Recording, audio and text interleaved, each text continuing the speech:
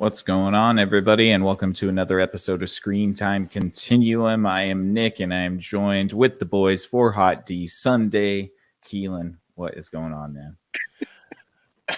Recovering from that intro. Nice. Right. Not much at all, man. It's a great Sunday out here. I don't know. I'm becoming interested in talking recklessly about television once more. That sounds good. I think we're going to do that tonight. And we got Mike joining us. How you doing, man? Man, I'm just wondering how reckless can we get? let's try to speak with innuendo if we need to, and go off, but just remember the terms of service. That's all. Absolutely. Yeah. Thank you guys so much for tuning in with us tonight. We're hoping that you're having a wonderful evening, or whenever you're listening to this. Thank you for checking this video out. Tonight we're going to be talking about episode 8 of House of the Dragon, which just premiered tonight. So here goes your fair spoiler warning, guys. We are going to be talking in detail about this episode 8 of House of the Dragon. So if you haven't seen it or you don't want to be spoiled, you should probably turn back now and then come back to the replay and check us out over at Screen Time Continuum on YouTube.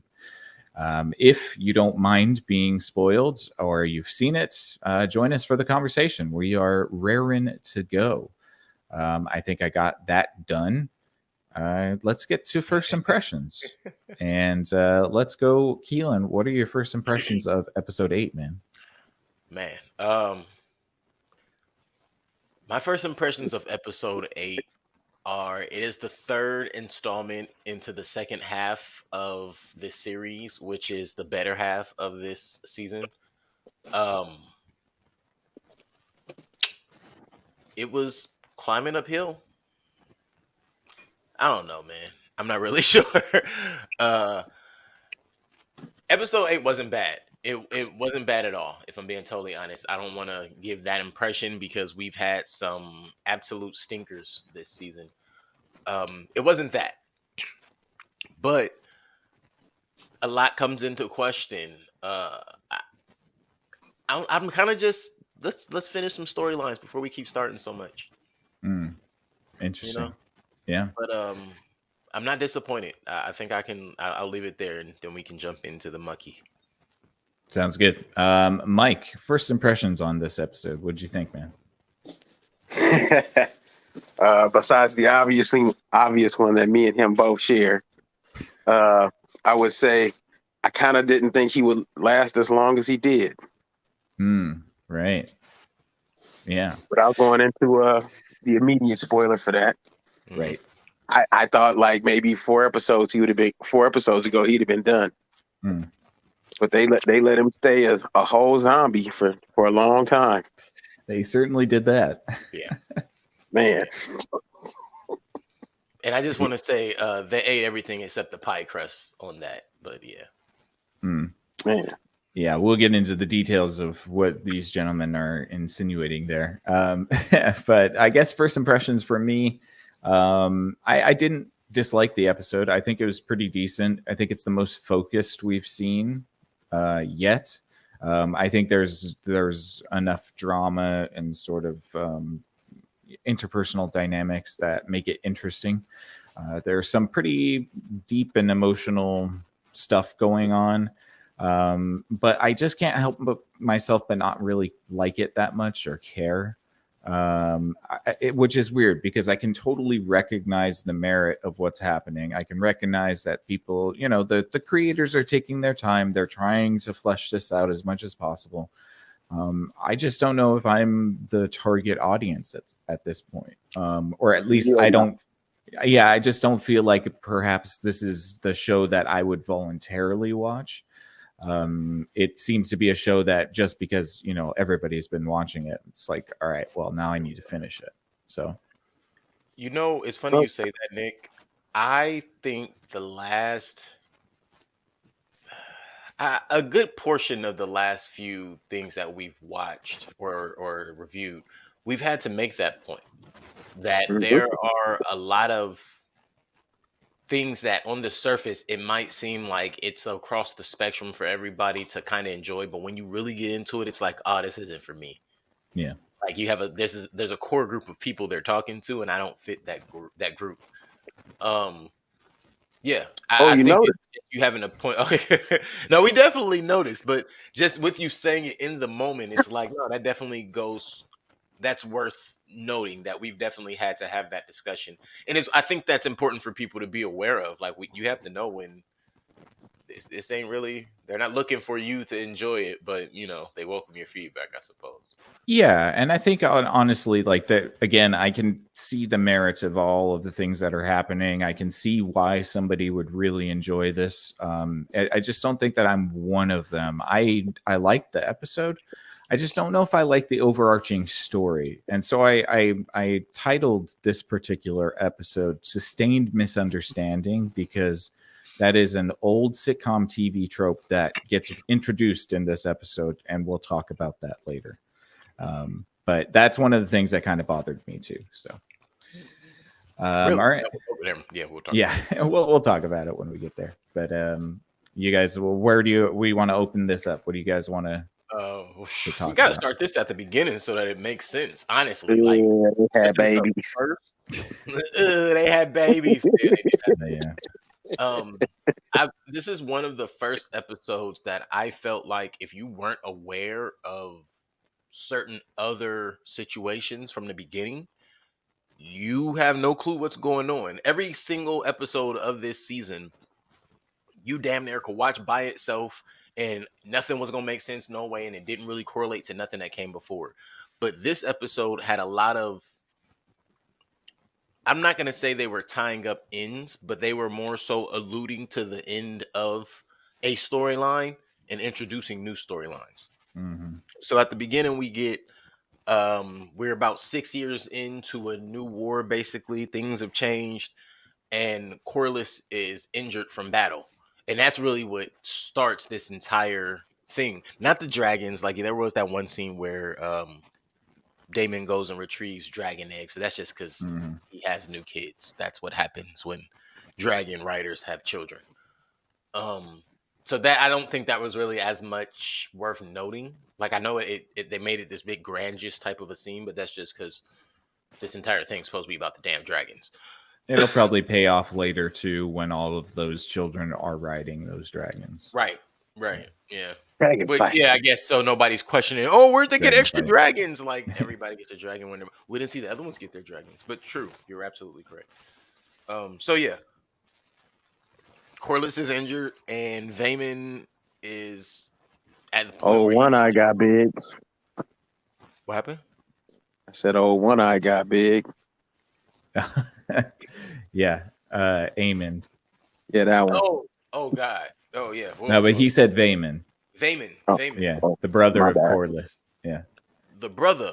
Oh, the soul brother number one. The brother. Soul Yeah. brother number one. Corliss' brother. But he, to me, when Vayman was automatically challenging Rhaenys in the whole situation, it's like, that's Vayman. That's what he does. He don't know when to shut up, but he's not wrong, and he hasn't been wrong from the very beginning. In fact, it almost reminds me of another show we're watching where one of the more unlikable characters is right the entire time. But yeah, he's not wrong, but he is out of line, and that's really, I mean, I guess we could kind of start around that, and the fact that that's when we find out that Alicent and her father are more so ruling the kingdom when that discussion happens. Yeah. So the hinge of this episode is basically that Corlys Velaryon is mortally injured, although I highly suspect he's coming back at some point. He did. No, I don't think they do that. Okay, so I can't conceive why they would kill him off camera if they were going to kill him, and especially in between episodes he dies. That's crazy. That would be a terrible mistake. So what I'm thinking is happening is that he's going to come back. He's going to beat the blood fever that he has. He's fine. And then he's going to have problems because we know what happens to his brother, and that's going to throw everything out of whack again.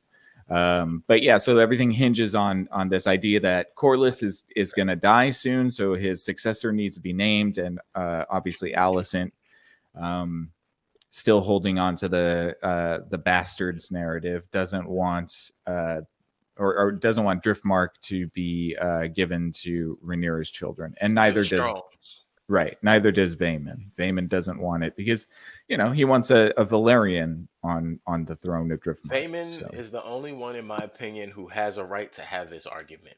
Right. Agreed. Yeah. Well, no, I mean, straight up. The only reason that technically Rhaenyra is the bad guy. No, she is 1,000% the bad guy. Listen, I said this before. Whether we're talking about this or any other show, the person who you begin the show with narrating until they die, they're either the hero or the villain. She is for sure the villain in this. Yeah. It's just how I feel. Mm-hmm. Now, that's what I'm saying. Because technically, Alicent is right about everything. Technically, she's just unlikable. But she's no hero. Yeah, she's just not likable. She turned into a mewling old sow. What an ancient insult. Right. Well, because you said I have to behave. So I know. I appreciate it. I like it. It's age appropriate. For some reason, these ancient insults always hit a little deeper too. A mewling sow. Yeah, that's pretty good. But yeah, no, I mean, she's definitely turned into like this OCD, neurotic, like very paranoid individual because it's her father. Her father is just whispering in her ear over and over again. So it's really not even Alicent. He's Otto. salty. I don't think it's that exactly because she's complicit in it completely. Well, she has some say so. That's how she was raised. Yeah, but in this episode, we kind of see that there might be a difference in opinion between Alicent and Otto. And for the record, Alicent only believes that Rhaenyra will kill her children because her father said so. There was no indication. I think Alicent is already creating the self-fulfilling prophecy because Rhaenyra don't have no desire to kill her. No, that's right. Kids. But it was Otto's idea that he put in her head that made her think that. From the beginning. Yeah, but she's an adult. Saying shit like that. She's an adult. She can make her own decisions. Just like when old boy killed Rhaenyra's baby daddy, she didn't authorize that. She didn't tell anybody to do it, but somebody did it for her. And then after it was done, she was like, he killed his brother and his father. That has nothing to do with Rhaenyra's baby daddy in Alicent's eyes. All right, I quit. No, you're right. Burn the whole world down. Burn the whole world down. But you consider, I don't think she's looking at that at like, yes, that helps because of that connection. I think in her mind, it's the fact that this dude will kill his brother and his father. The fact that helped her in Rhaenyra's situation is just bonus. Sure. Like, burn the whole world. Burn them all down. Dracarys. Yeah.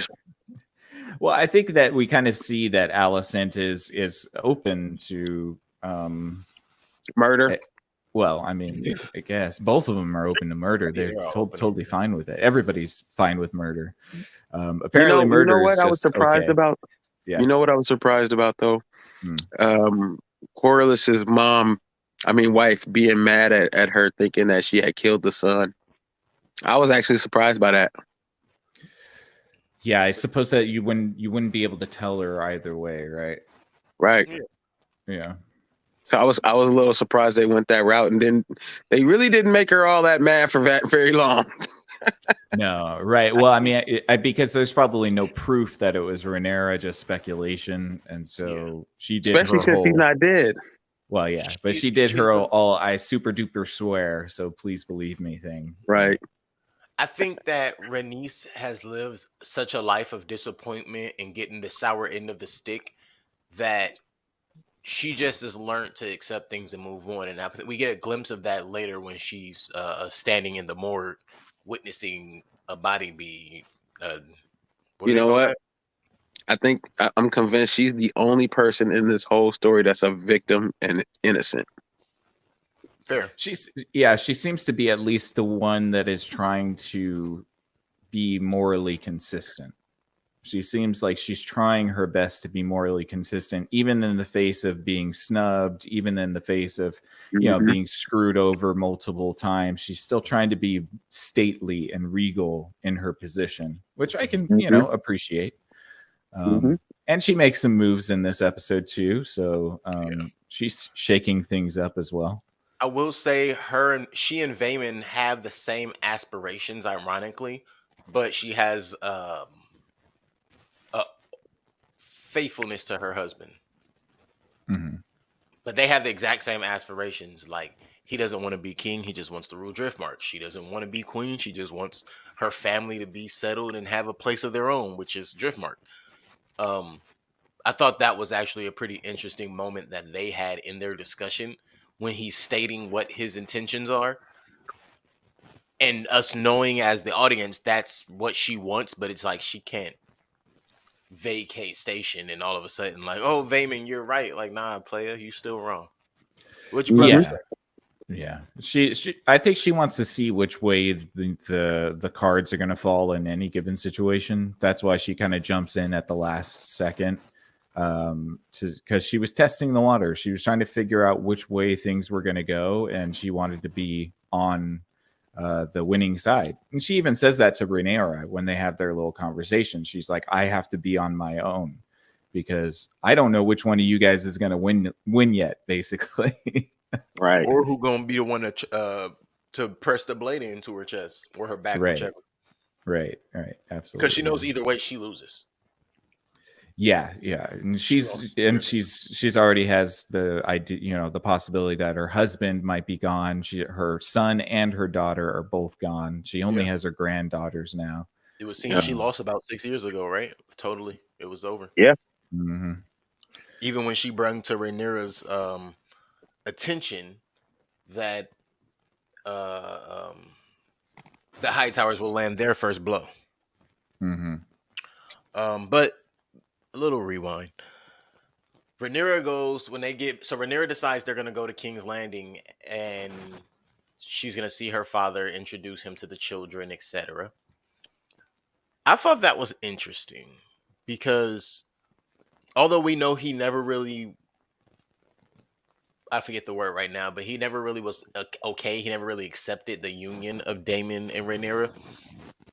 It's almost like the fact that he has these white-haired grandchildren now, like they wanted to all have that's forgiven.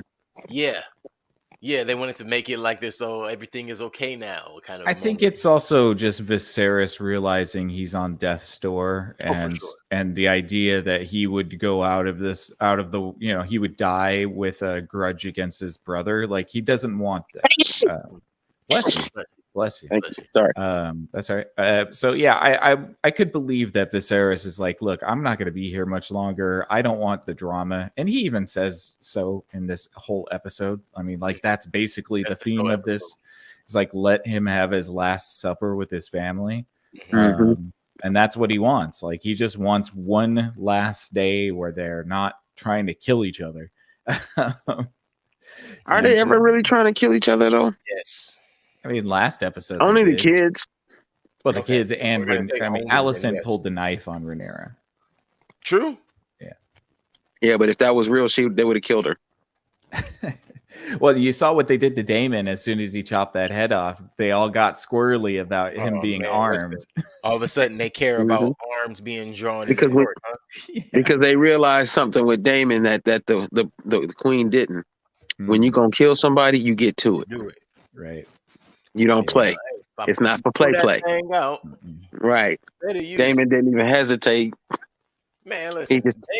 Daemon got into a position where apparently not even the guards saw him or his entire sword, because his sword was not sheathed from the beginning. He went to the ninja school of Arya. Right. He knows how to pop up out of nowhere. Came back in time about 200 years and said, let's get busy. Right. Let me show you how to materialize out of nothingness. Which is something somebody should be able to do, for the record. I'm just saying. Oh, magic? Yeah, magic, that thing. Yeah, that would be kind of cool. I mean... but so after he meets his grandchildren, I think this is when we really start to see, to me, this is when the episode got a little interesting. because now we have to see the children as they're growing up, and we're starting to see the breakdown of who they are. We already saw glimpses of Aemon and Aegon and Jace and Lucerys. Yeah, Lucerys. Yeah. But that was like, 8, 9-year-old kids. But now you're seeing basically grown men, or at least 15, middle-aged. 16. Yeah, yeah.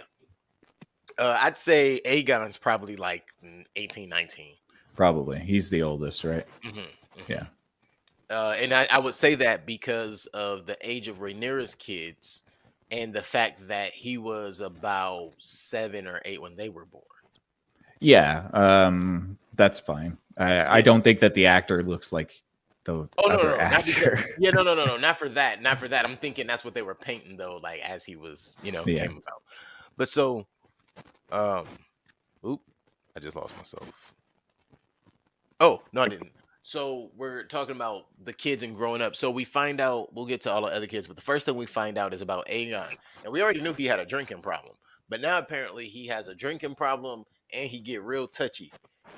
And all Mama do is pay off to help and send them on their way. Exile them with a sack of gold and a belly full of moon tea. Yeah. Basically. I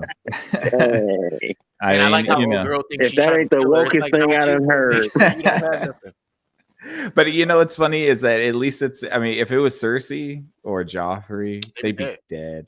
And I think that it was interesting that they did the scene was wanting you to expect her, like Alicent, to kill that girl, but that's what I was expecting. Right. But it's Alicent.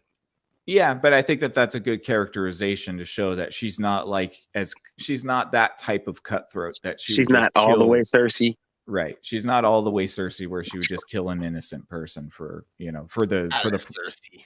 Except in a fire. Yeah, for the things that her son did, and obviously she's fed up with her son. So right, and I think that's more so what it comes down to is she's tired of the fact that she can't control this dude, and he's making a laughing stock of her lineage. Yeah, he's asshat. Mm-hmm. There is no reason for her to even treat Aegon with the type of respect that you would expect a mother to treat the eldest son who could possibly become king, because he doesn't want it. But none of the kids want it though. Well, I think Aemon. Yeah. I'm sorry. Yeah. Aemon wants it, but aside from that, none of the kids that are really in succession want any of it. Lucerys don't want it. Jace. Aegon don't want it. Jace don't want it. I forget the sister's name. She don't want no parts of it, but she's burdened to it because she was. Well, Jace is being groomed to be the king of the Seven Kingdoms because he will get it after Rhaenyra. But he still doesn't want it. Yeah, I mean he kind of does. He's learning Valyrian. He's trying to become more king. Oh, you're right. That changed at the beginning of this episode. We do see him in his in-depth studies. In fact, right. Yeah. But yeah, I wanted to definitely just gloss over the fact that she just pays them off and sends them on their way. As you say, send them with a sack full of gold and a belly full of moon tea. But I was especially expecting a knife to enter somebody's belly from some direction. I get it. But so the part I didn't really understand though is how she tries to scold him and then just disowns him. It's like, you're a weak mother. That's why.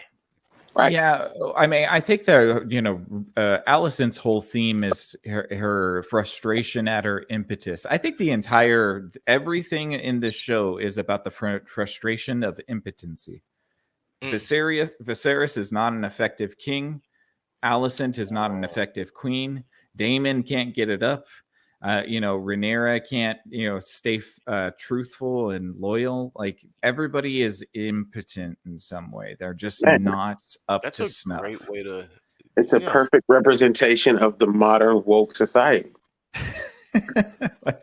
Sure, I guess. But it is the impotency of like the idea of not feeling powerless. I guess maybe that's part of it too, right? Viserys definitely felt powerless as a king. Alicent certainly feels powerless because she doesn't feel like she has enough sway or pull. Yeah. Oh wow. Yeah. You know what's funny? I like the way you were able to tie that together because I couldn't really couldn't figure out where that fit, but yeah, you're absolutely right. It's a theme. He usually is. It's a full theme. Well, because you see it, but you kind of are well, at least for me, I was kind of in denial. Like, nah, I'm just going a little too. I'm over embellishing here, but no, that actually fits. That's exactly what's happening. Nobody is up to snuff. I didn't think of it in terms of impotence overall, but I did feel like there was a lot of lackluster performance. Yeah. Just people not coming to the apex of their abilities, so to speak. Yeah.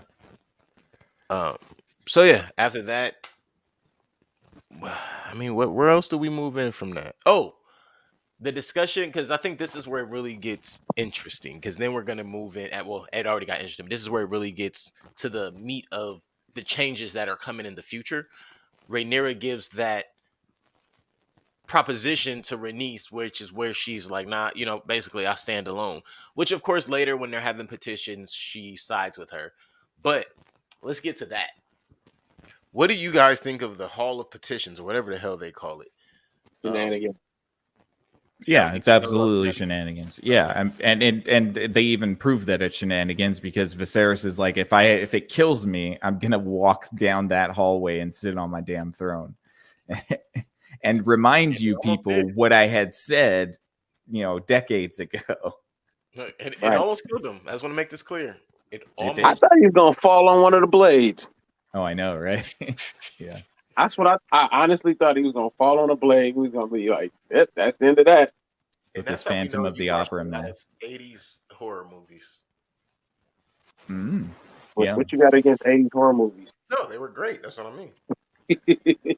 Like things were just ironically and perfectly placed, and somehow it fit into the storyline. And when things were going bad, somebody would slip and fall, and their head or their neck or something would get severed and you'd be like, perfect timing.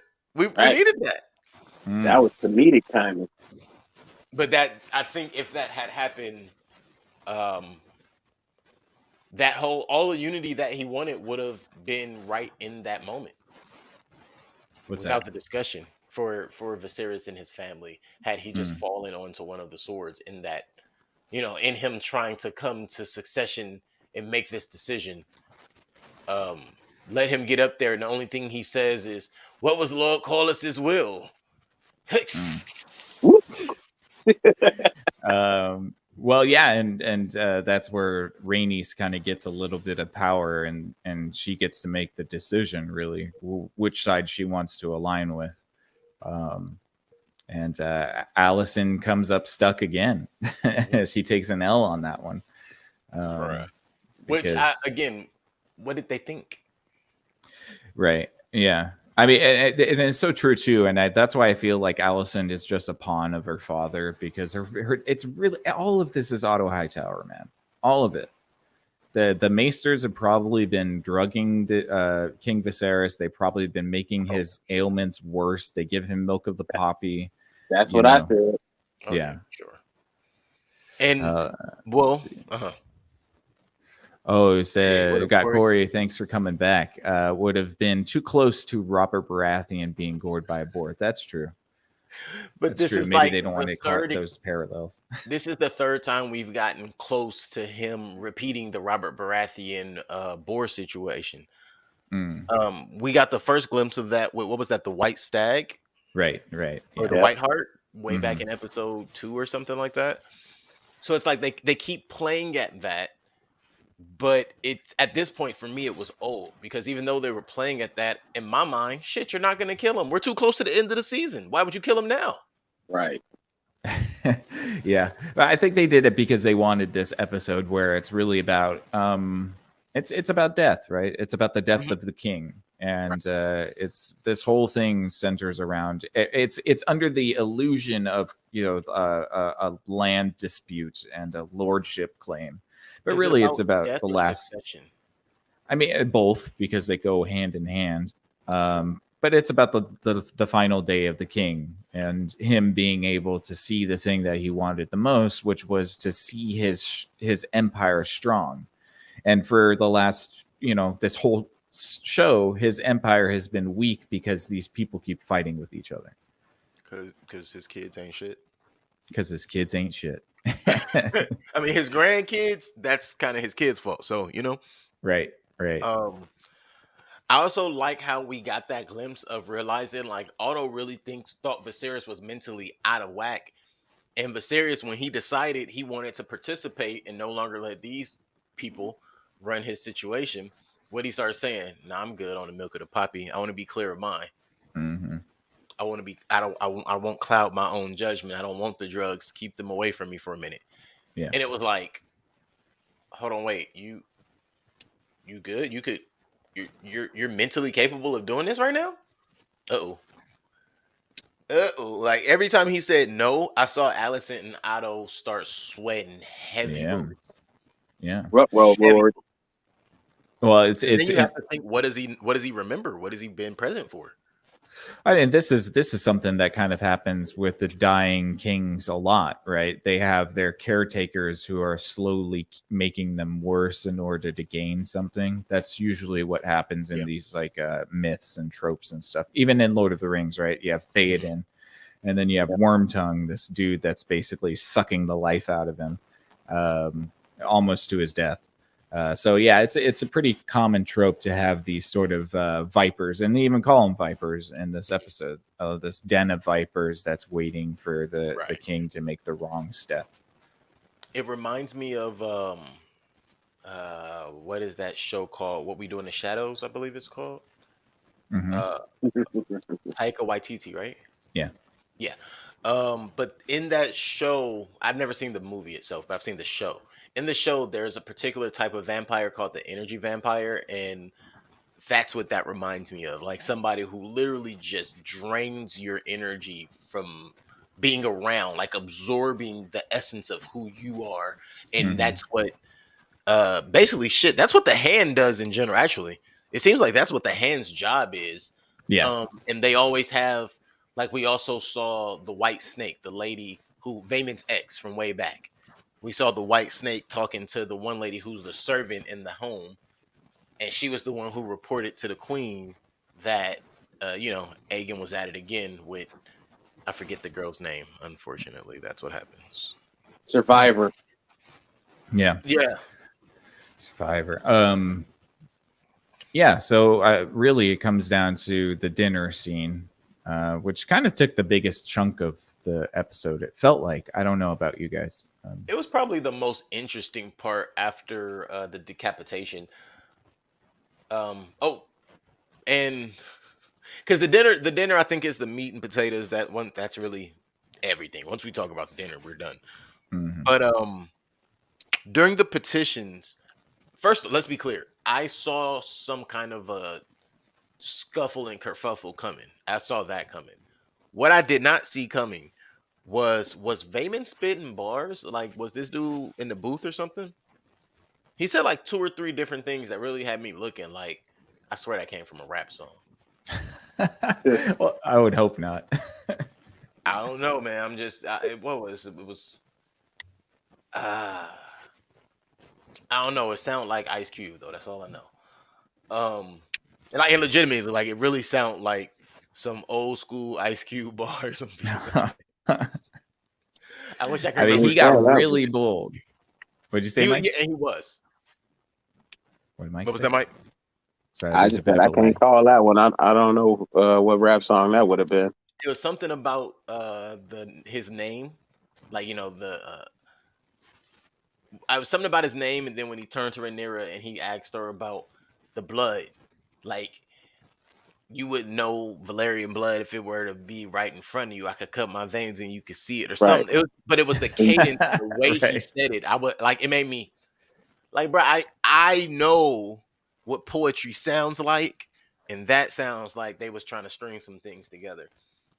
Cleverly done, if so. If not, I mean, hey, maybe for the writers got me for once. It's because Drake wrote that line. You know what? If that's how we're doing it, then Drake should have been a part of the intro. Oh, could you put Drake in a white wig and make him a Valerian? Absolutely. Absolutely. Hey, I mean, I he like could have it. been Laenor. Yeah. Maybe he'll be the long lost cousin. He'll Yes. pop up. Yes. He'll be Absolutely. He's Vayman's son. We didn't even know Vayman had a son because he Hey, had him there tattooed on. you go. Right. There you go. I like it. That's funny. The long I mean, lost son of Driftmark.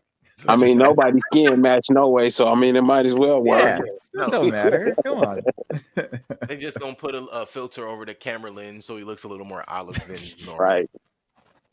I can't wait for the next. I can't wait for this dragon fight that's coming up. It's gonna be so dark. If we don't get a dragon fight next scene, I mean, well, we have to get a dragon fight in the next 2 hours, right? It's gonna be dope because it's gonna be really dark. I mean, I just want to point out though, because I was about to make a hip hop point. I feel like from the petitions, actually just the petition scene for the most part, I feel like it was real hip hop. It was real hip hop. You had Vayman saying shit that sound like he's been listening to 90s rap battles for a long time. And then all of a sudden you get Ghostface walking in with his iron mask, like, bruh. Yeah. There was definitely a lot of theater in it. It's a lot of theater. Mm-hmm. Which, and I think that's actually something that should be pointed out. I say hip hop because hip hop pulls a lot from theatrical elements, whether you guys know that or not. But yeah, we could talk about that in the WWE one day. Mm-hmm. When he comes out in his iron mask, I thought that was clever. I was wondering if he were to come out, like, you're not gonna have the king come out with his face bandaged up, like, why would? But he was talking about having this dinner and everything. I was just like, man, this is gonna get crazy. And when we get to the dinner, he reveals the open eye. Oh yes, he does. That was kind of nice. I ain't gonna lie. I was kind of like, okay, all right, we time appropriate. Let's get to it. Did we have to? I would have been fine with that if they were all just sitting by the fire and having a chat. But it's like, do we have to do this while we're eating? Food, yeah. over my roasted. I have suddenly lost my appetite. Papa, it's not okay. Couldn't they taken some of that pig skin and just put it over his face? Just like, and you never noticed his skin might have grafted to it and just cover up the eye. Oh yeah, we were watching it, and my wife was like, she was like, I expected the mask to have like goo stuck to it when he pulled it off. That would have also been time appropriate and gross, but rightfully so. Yeah. I mean, we also saw the cupping gone wrong on his back. Looked like a bunch of cupping holes. He's got bed sores for sure. Oh, for sure. Mm-hmm. Those are lesions and bed sores. Mm-hmm. At this point though, like, it doesn't look as if he's dying from the thing that he had a problem with before. Right. It looks like killing him. It looks like they've just been drugging him and leaving him in bed. Yeah, he hasn't been eating very much. Right. They got him all messed up. The bed nurse hasn't been taking care of him. Right. Yeah. Or they've been taking too good of care of him and just kept him in an opiate stupor for the last 6 years. Yeah. You know what? That's a plausibility. Maybe he died because he finally came off the dope. Maybe. Yeah. They were keeping his heart rate so low that he was just in stasis. Mm. Man, that got dark real quick. Right? This is an uplifting show. It's a lot of good feels. Right? Like my head the wheels started spinning, the cock started turning. I started thinking like, wow, yeah, that's probably exactly how that happened. But so what was it? Vayman gets his head cut off, and we essentially see the end of House Valerian, but that's not completely, because there's still the two granddaughters who are still Valerian blood. Yeah, but the name Valerian will be cast away. Yeah, because they're about to become Targaryens. Right, because they'll be the ancestors of Daenerys, though, so that's nice. Yeah. So she do got some soul sister in her. Yeah, she's got the blood of old Valyria in her. Yeah. So that's what why they call it. That's why so many folks I know was on Facebook changing their name to Khaleesi. Oh man, well, if you haven't seen her do her reggae song that they did one year. Really? If you've seen it, if you know, you know. I don't know. Yeah. It's gold. It's gold. I'll send it in the group chat when we're done with this. Oh, that's nice. That's gonna be entertaining. But yeah, so but no, it is though. The only way that it's not the end of the bloodline is that Corliss comes back and has a son. Or if Drake shows up, man, Oh, I'm right, all right. about Or if this. we remember, I keep forgetting, Yeah. long lost cousin, Yes. Drizzy Valerian will be coming back. Drizzy I like that. So Hey, yeah, if y'all ever watch this, y'all need to give this man credit for that and go on and bring Drizzy in. Yep. I'm just saying, That's a verbal trademark right there. it's a verbal There you trademark for sure. And I'm just letting y'all know, if you even get him to cameo, even get him to drop an ad lib or something, people will watch that episode. They put Ed Sheeran in Game of Thrones. I mean, come on. Did they? Yes, Yeah. he was in Game of Thrones for like one scene. Was it like at Attorney or something, right? Now it was Arya when she came back to Westeros. She came across a whole bunch of Lannisters at a campfire, and he was singing them a song. You're Yeah. right. You're right. I didn't even Like, realize that's who that was. Mm-hmm. I thought he was just another awful character. I mean, what other person looks like a ginger frog? I mean, there's it's bizarre. It's funny because I actually know like 3 people that look like Ed Sheeran, but none of them are redheads. Just slap the red hair on them though. I promise they're the exact same person. Mm. Funny. Once we get through all of that, though, Viserys is still declining the dope. At this point, we could just call it the dope. And so I think he did that though, so that he could be coherent at the dinner. Mm-hmm. That's why I bring that back up. I think it was more so to be coherent at the dinner because he not only wanted to speak his mind, he wanted to actually see their faces. He wanted them to see him in his stupor and his glory, which is no more, per his words. But once the dinner gets going, I mean, hey, he asks for peace. Is it too late for peace when the mothers are apologizing, even though they've bred all of their children to be the moistest sacks of shit? No, this was the end of it. This could have been just, and end credits. Everybody has a nice time. The king dies. It's over. We're done. Pack it in, everybody. We did it. That would have been a sweet way to end it. Yeah. I mean, like that's but obviously that's not what's happening. And, so it almost makes me feel like that moment was just for Viserys and not for anybody else.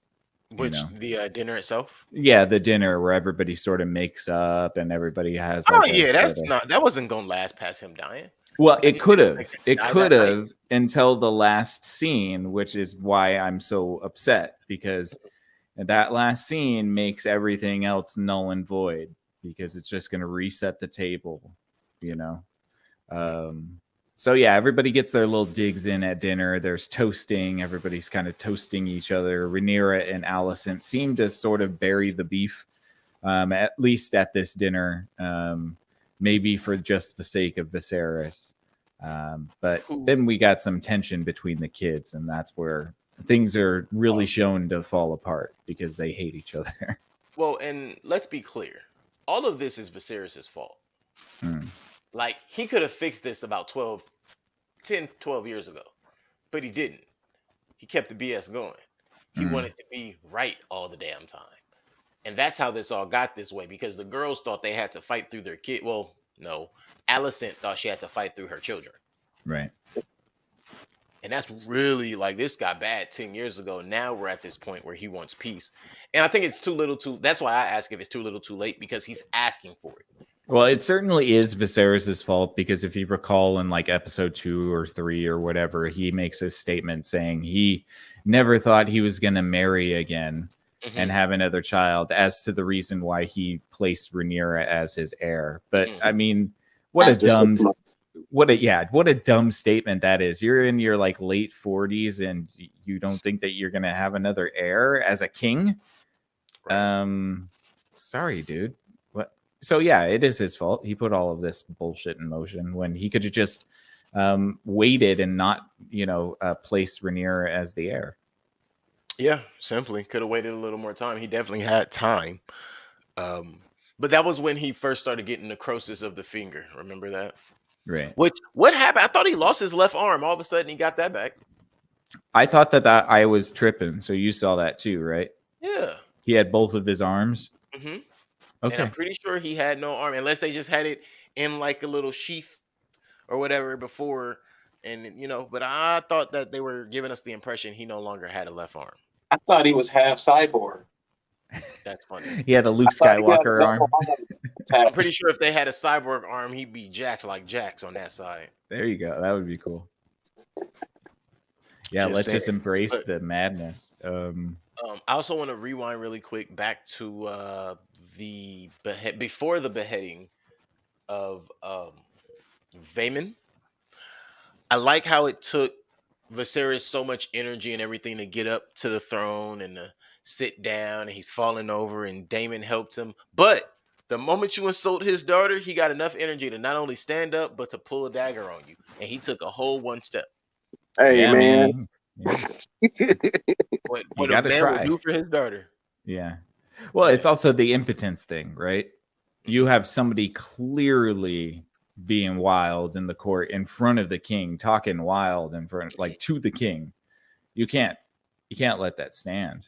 You have to do something about it because everybody's watching. Huh? Oh yeah, he kept his tongue though. Yeah, that's true. He did keep his tongue. However, that worked. I think it was the angle. Yeah. I thought that was a little too spot on. Also, very bad anatomy because apparently the tongue is seated within the brain. If you go look at that shot again where you see the tongue, he's got brain around his tongue. Wait, huh? Yeah. If you look again, it's like you see the shot of his tongue. There's like brain around the tongue. I'm like, what? When does that happen? There's some details that I think maybe went overlooked. They just blew me. I just like the king having two arms when he's supposed to. Yeah, I think they forgot. I think they simply forgot. But I just wanted to make sure we bring that part, or I not make sure, but I personally wanted to bring that up. Back to the dinner, right? Yeah. So he gives the toast. The girls give their toast. And you have Aegon, who is just a dick. He is his father's son, though. Aegon? Yeah. Is Viserys a dick? Yes, Viserys is a huge dick. What are you talking about? I don't know. It doesn't seem like he'd be ribbing his, cousin about, screwing his betrothed wife. I don't know. He gives me the notions that there was no holds bar at one point in his life. Maybe. But maybe not, because you know what, they don't, like he said in a few episodes ago, they don't have stories. Like what songs will they sing of him? So maybe I'm tripping. Can y'all hear me? Yeah, we can hear you. Okay. Sorry. My internet cut out there for a minute. Oh, that's okay. Yeah, it's all good. We're still here with you. But yeah, I don't know. I get the notion that Viserys possibly was a dick at one point. So maybe are we going to address the elephant in the room though about this whole episode? Ooh, which elephant? There might be a few elephants. I mean, the fact that almost all the black people dead now. Oh yeah. You could definitely address that. It's an interesting choice because you have to think of it this way. They made the Valerian bloodline black people, knowing that most of those people were going to die. That's pretty much, yeah. I also want to know what the internet's going to go off about now. Oh, I mean, what they'll always find. Valerian lives matter. Oh no! Oh, that's funny. Somebody call Kanye. Somebody call Kanye. You know what? I'm sure he watches this show. Hey, absolutely. Well, this show okay too. With that. This show too, but yeah. Yeah, he on the network for sure.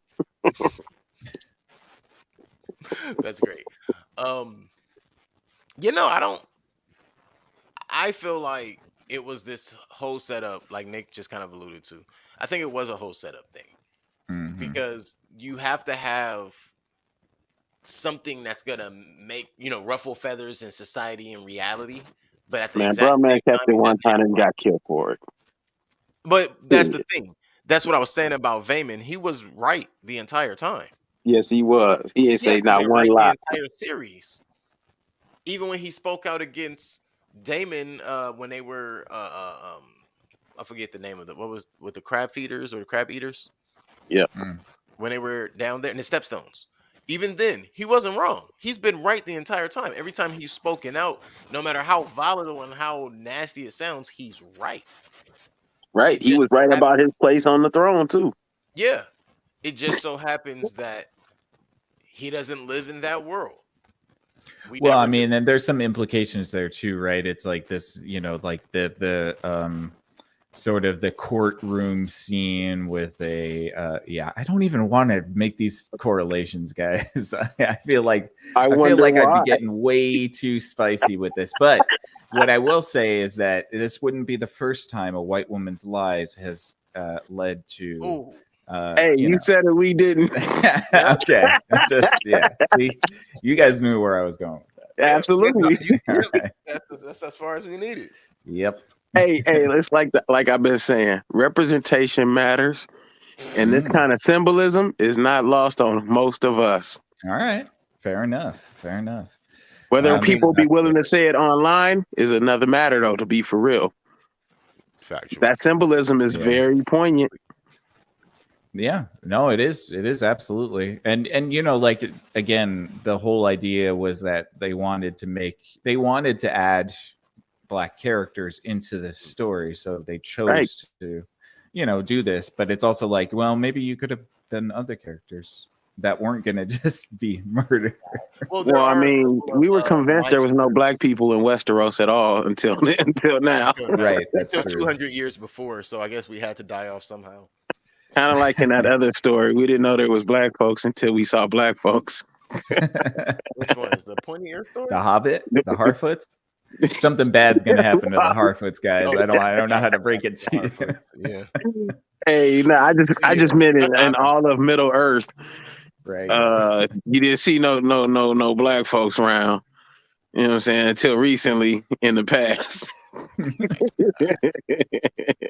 I didn't pay that much attention. I kept falling asleep. Oh, sick burn. But yeah, no. Overall, what? So we got the dinner ends. Yeah. So now we have Aegon ribbing. Not is that Lucerys he's ribbing, or is that Jace he's ribbing? I think it's both.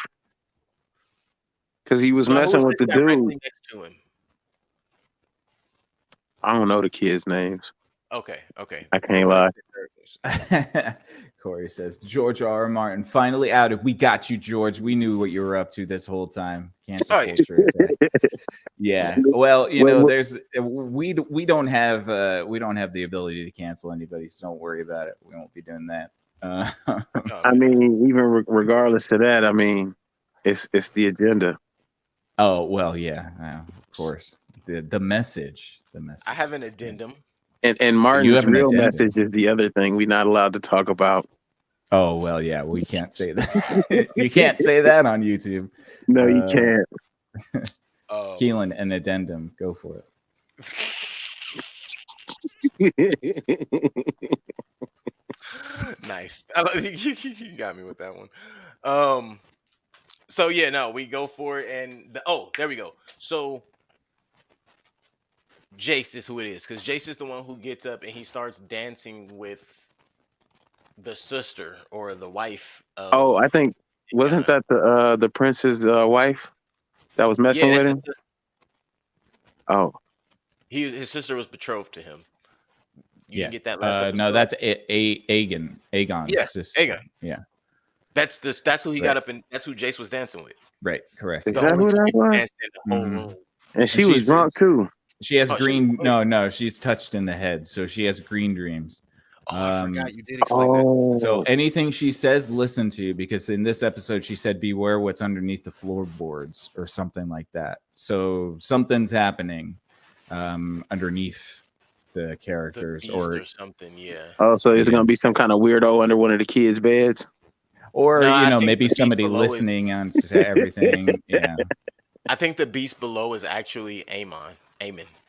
Oh, okay. Oh, is that what she said? Beware the beast below. I think that's what she said, like the Okay, beast below or something like that. And right. you think he's the younger, so that would be the below part, and the beast would be his anger. He's clearly still mad about his eye.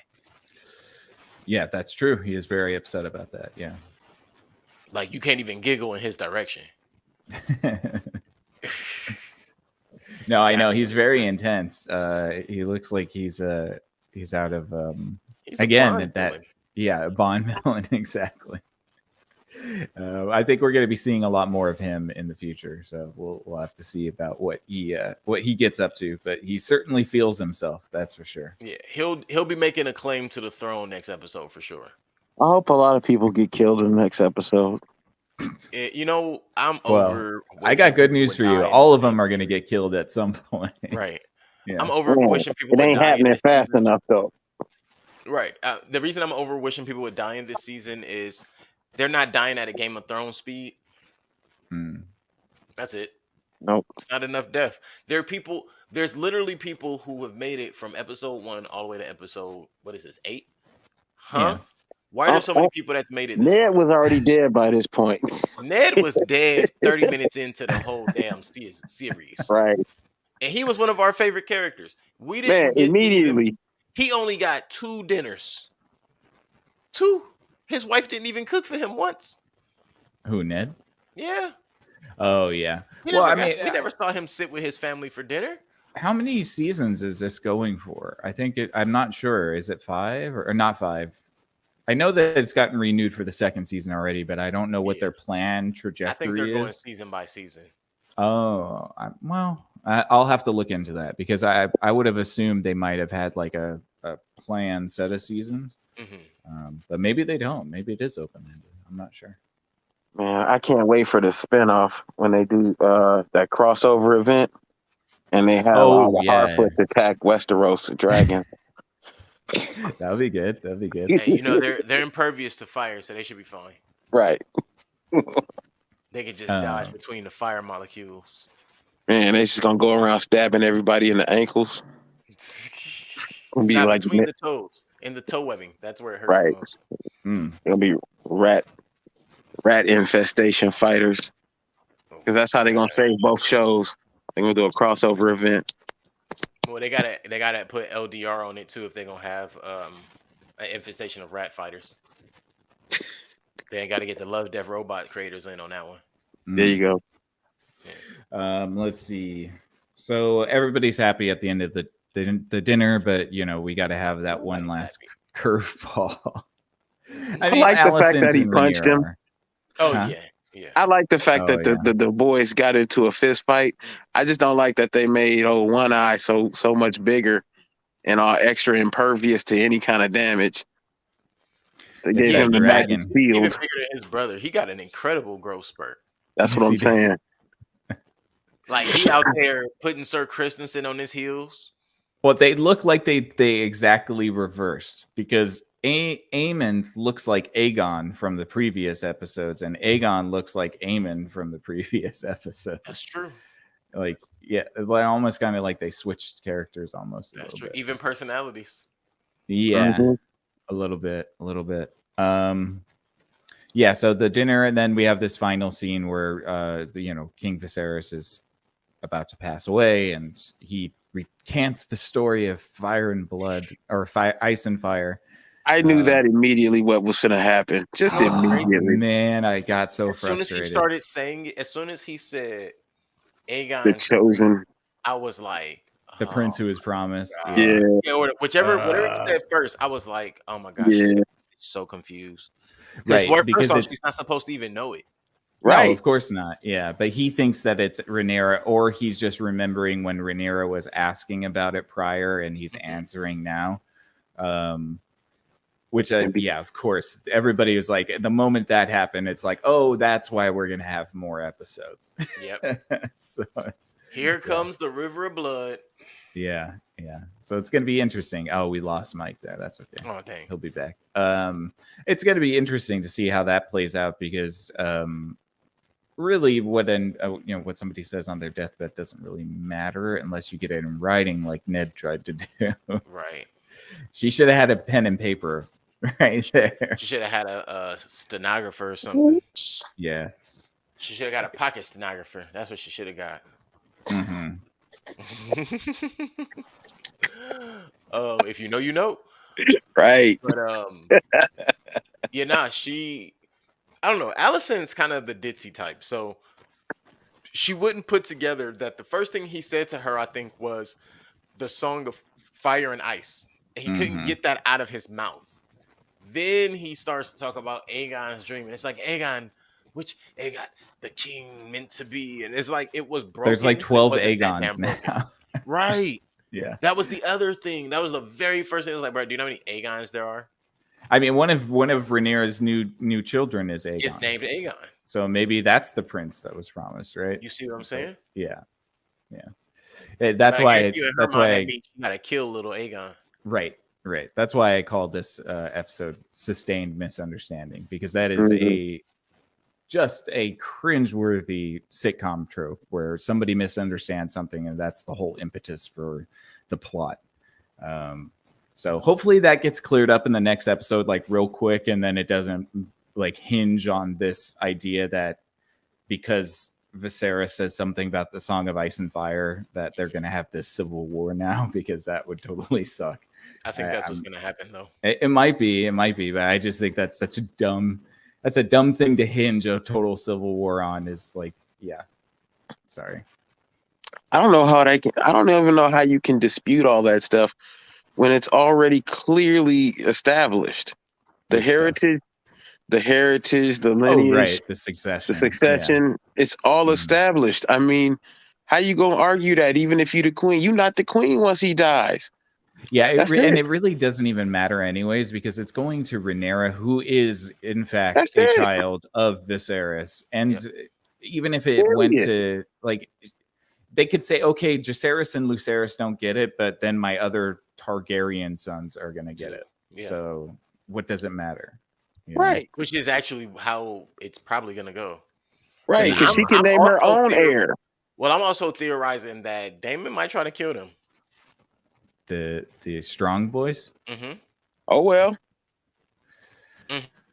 Maybe, I don't know. I mean, he did seem like he was trying to keep an eye out on them too, a little bit. But he ain't teach them how to fight. That was one of the biggest things that jumped off the page to me. Right. I wouldn't want him teaching me how to fight. No way. Nah. At this point, those are Daemon's boys. To be fair, I kind of want Aemon to teach me how to fight. That, in a sense, yes. But I would expect Daemon to teach these dudes how to be murderers, straight up. I would have expected him to talk to him like a murderer more than teach him how to do any of it, because I don't think he's all that skilled. Well, I think he's just reckless. Yeah, he is reckless, and I think he's kind of a maverick in that sense. He also has 2 daughters that he doesn't acknowledge. So right, which is awful. He's not Father of the Year material. This is true. Goku couldn't, but neither could Daemon. Wow. Sorry. Yeah, that's pretty much the end of the episode, guys. We have I missed the rat. We got our catharsis and our sort of reconciliation, only for it to be pulled and swept from underneath us right at the last second. So with the last exhale after a very silly moment of telling a prophecy that she doesn't know is a prophecy, and then essentially he just slips into the abyss. It's not even a prophecy that's true. He says no more. Yeah, it's not even a prophecy that's true. Because wasn't Aegon considered crazy as well? Well, so it's I think it's not Aegon that it's Viser. Well, gosh, I forget the Mad King's name. Sorry, but it's not Aegon. But if you're just taking at face value, the prophecy of the prince that was promised is bullshit. It's Arya. Arya's the prince that's promised, and technically she is. Technically, she is, because she gets that. I mean, like, this is what they're doing. They're totally justifying the Arya stabbing the Night King thing because she gets the cat's paws dagger, and that cat's paws dagger is in this episode or this show. So they're retconning, or they're trying to justify the stupid Arya decision to have Arya kill the Night King, which the creators admitted in the post episode that they just decided because Jon was too predictable. Duh. And they just wanted to subvert our expectations by letting Arya be the person kill the Night King. Damn it. Right. And that's what made it ass. And that's exactly what made it ass, because you cut the hero story right at the last 1% of it. The coolest thing about Arya being Surprise, the motherfucker. killer was Arya being the killer. That was the coolest thing about it, not that it fit the storyline. Oh, thanks, Corey. Corey's helping us out here. He's got some lore for us. Aerys II is the Night King. Yes, thank you. And it's the son of Aegon V. Cool. Jesus Christ. So there's so many Aegons and Viserys and Aerys, and the Targaryens seem to all use the same sounding names. So yeah, I forget sometimes. Aerys, Viserys, Larys. Yeah, Lucerys, just Aerys. Everybody want to be an Aerys. Everybody wants to be an Aerys of some kind. Mm-hmm. That's pretty much it, though. Pretty much it. Viserys takes his final breath, which that was also like, I did not like the way they killed Viserys. You have us watch this gobbledygook ghoul. The Crypt Keeper was on our screen for an entire 7 hours. I want him to at least die in a more exciting fashion. Have him just collapse in the middle of King's Landing. Have him die in the Red Keep. Why did nobody die in the Red Keep at all this entire episode? We were in the Red Keep for like 20 minutes and not one body. Not one body. I would have preferred him to die on top of Alicent the way she deserved. Oh, God. Factual. Jesus. I think it's good that he died in bed like that, because it's kind of like a threshold of, okay, now the last person that had sort of any code is gone. And we're going to have basically all of these rogue people duke it out, because now the king is dead. That's it. And, it's nice that he kind of got what he wanted. Viserys wasn't great, but he wasn't awful either. He wasn't a bad guy. He wasn't a bad guy. He was just shit at his job. That's they pretty also much made him it. look like Billy Bob Thornton in his last moments. Oof. Yeah. He did not look good. Whoever had to do that CG and makeup did a pretty good job, because he looked. They got that one tear to roll down the side of his face. Now, here's a question for you guys before we wrap it up. Do you think Alicent gets a little freaky with that eye socket? Yes. I'm pretty sure I hope so. Inside the cheek. When he took a drink of water, I was like, that's not possible. He's got a hole in his cheek. The milk of the poppy just rolls down. It just numbs his mouth. That's why it hasn't been working this whole time. It's just been dribbling out of his mouth. Explains why he his other mouth hole. His other mouth hole. Yeah. That's what he keeps his lips closed. He puts all his food in this way. There you go. That would work. Yeah. Well, you got to make sure you don't get food in there. That would probably be. I would think by now his teeth would have fallen out before his cheek rotted out, but I did like that they used the cheap black caps to make it look like he had lost teeth. Oh, I thought they just colored it in with stencil pencil.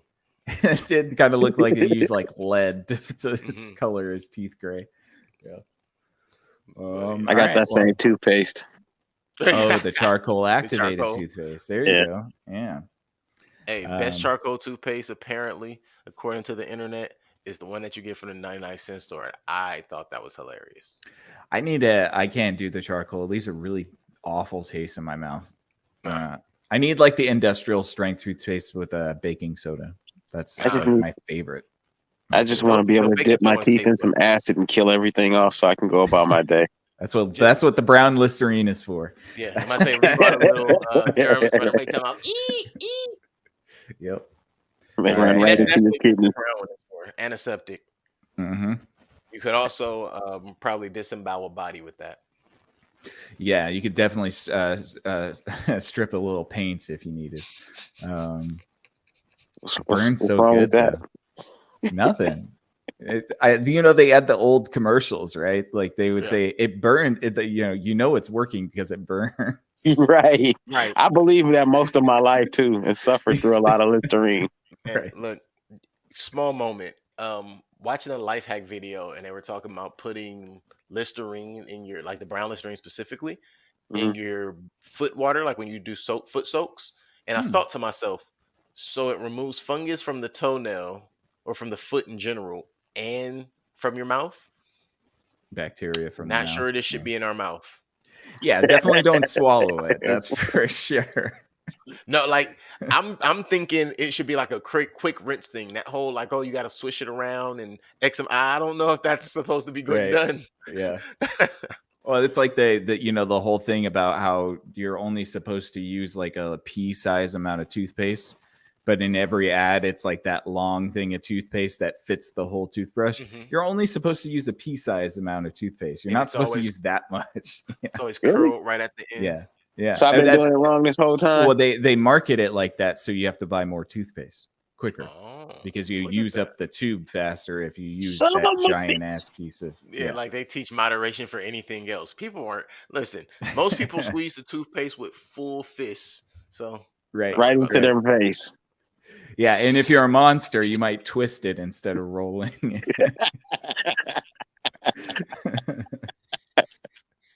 Oh, so many levels. So many levels of OCD happen when that happens to me. Oh yeah, here we go. Got Corey says, my grandparents actually use straight baking soda and peroxide, and yes, Brown's Listerine too. God awful. It is awful, but that means it's working. Yep, moms used to do that. I have definitely had to use that as well. Yeah, my grandmother taught me that regimen, and she was born in the 30s. So yeah, they were definitely hard. Yeah, they were hard in a different way. Yeah. Listen, the things that they taught us and the things they put us through are the only reason that probably half of us are still alive today. I am not sure how they would fare with the softness. I think things are so easy that would kill them. I think that would take them out. Just how easy things are. It's like you don't have to work for nothing no more. Let's just say, I'm out. Rest her soul. My grandma, if we had to tell her an iota of what was going on, all she'd have to do is give you the look. She wouldn't even have to say a damn thing. She'd just look at you and you'd know. You'd know. It's like, oh, gotcha. Yep. Sorry, you're not about that bullshit. Right. Exactly. Yeah. But yeah. I think we're done. We're just bullshitting about grandmas. I mean, hey, look, at the end of it all, it was about family, and here we are now having a family discussion. That's how it goes. Right. Basically. Like Vin Diesel said, it's about family. It's about family. All right, guys. Well, if we're done, we're done. Thank you to Keelan and Mike, and thanks for dropping by, Corey. We really appreciate your comments. Yeah, we appreciate your input, bro. Definitely, really appreciate having you. Comment with us. Thank you so much for interacting with us. Appreciate it very much. And appreciate all you guys watching. Thank you guys. We really appreciate you. We hope that you enjoyed this episode. We certainly enjoy talking about House of the Dragon, especially when we have to juxtapose it against Rings of Power. So thank you. Yeah, thank you for tuning in, guys. And we hope that you enjoyed. Please consider giving us a thumbs up and perhaps a subscription to our YouTube page. It would really help us out.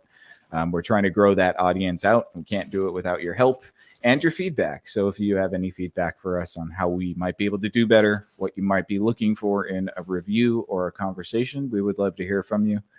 We're always trying to expand and do new stuff and try to keep it, entertaining for you guys. So again, thank you so much for checking us out tonight. We got a network of podcasts that we do on Thinkering Talks on Facebook. You can go check that out. Every day of the week, we got a podcast, basically, starting with Tuesdays at 8 p.m. Keelan does a show called If Numbers Could Talk. You can go check that out. Facebook, YouTube, and Spotify. If Numbers Could Talk, Tuesdays at 8 p.m. You already know Screen Time Continuum is Wednesdays and Sundays, and with Rings of Power Saturdays now as well. You can check us out Facebook, YouTube, and Rumble, all at Screen Time Continuum, 8 p.m., 8:30 p.m., Wednesdays and Sundays.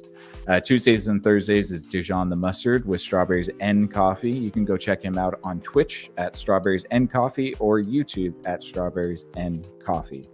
Friday nights, we have Exofathom at 8 p.m. You can check that out on Facebook, YouTube, Rumble, and Verbal if you would like to. Friday nights at 8 p.m., Exofathom. Saturday mornings, 10 a.m. to noon is This Married Moment with Keelan and Bobby. You can go check out their page on Facebook, YouTube, and Spotify at This Married Moment. Saturday mornings, 10 a.m. to noon. Then come back here for Sunday. We give you Monday off because nobody likes Mondays. But thanks, guys. We appreciate it. For Screen Time Continuum, I am Nick. I am Keelan. And I'm Mike. And I'm Mike. I like that. Keep that energy. Got to end on a high note. That's right. I love it.